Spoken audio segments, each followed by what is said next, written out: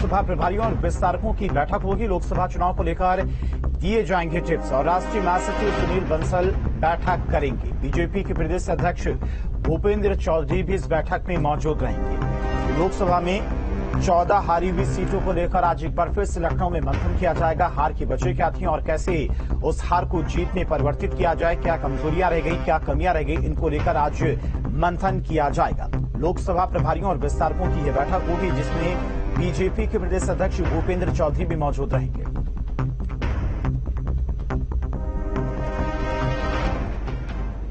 तो लोकसभा चुनाव को लेकर आज लखनऊ में एक बार फिर से मंथन किया जाएगा। 14 हारी हुई सीटों को लेकर इस बैठक में मंथन किया जाएगा जिसमें लोकसभा प्रभारी और विस्तारकों को बुलाया गया है और लोकसभा चुनाव को लेकर टिप्स भी दिए जाएंगे। और इसी खबर पर तमाम सारी अपडेट के साथ में लखनऊ से संवाददाता निखिल हमारे साथ जुड़ गए हैं।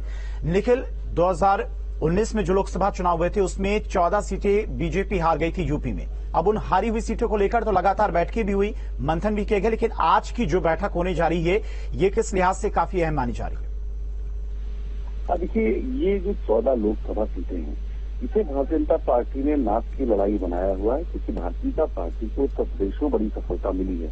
लिहाजा वो चाहती कि ऐसी 14 सीटें जिन पर भारतीय जनता पार्टी का कभी कोई बहुत बड़ा कब्जा नहीं रहा है, यहाँ पर समाजवादी पार्टी या दूसरे दल लोकसभा सीटों पर जीतते रहे हैं, तो कम से कम यहाँ पर भारतीय जनता पार्टी का मजबूत उम्मीदवार खड़ा करके यहाँ पर उसको प्रत्याशी को चुनाव जिताया जा सके। इसके पीछे दो कारण है। पहला कारण, भारतीय जनता पार्टी ने यहाँ पर जीत पिछले चुनाव में नहीं दर्ज की। दूसरा सबसे बड़ा कारण ये है कि यहाँ पर दूसरे दलों के सांसद हैं, तो लिहाजा जो एंटी इनकम्बेंसी फैक्टर है वो दूसरे दलों के साथ लागू होगा, भारतीय जनता पार्टी के साथ इन सीटों पर लागू नहीं होगा। आमतौर पर जब भारतीय जनता पार्टी किसी भी चुनाव को लेकर रणनीति बनाती है तो इसमें इस बात का ध्यान रखती है कि जो सीटें पिछली बार या तो कम अंतर से हार गई थी भारतीय जनता पार्टी या जो है पिछली बार हार गई थी, उन सीटों पर फोकस किया जाए, क्योंकि वहां पर इस बात की उम्मीद ज्यादा होती है कि इन सीटों पर भारतीय जनता पार्टी को सफलता मिल सकती है, वो भी तब जब राज्य में और केंद्र में भारतीय जनता पार्टी की सरकार रही हो। लिहाजा इन 14 सीटों को लेकर भारतीय जनता पार्टी का विशेष फोकस है। हालांकि कुल 16 सीटें थी, लेकिन 2 सीटें बाद में उपचुनाव में भारतीय जनता पार्टी जीत गई थी, तो अब उसका फोकस इन 14 सीटों को लेकर है। यही वजह है कि तमाम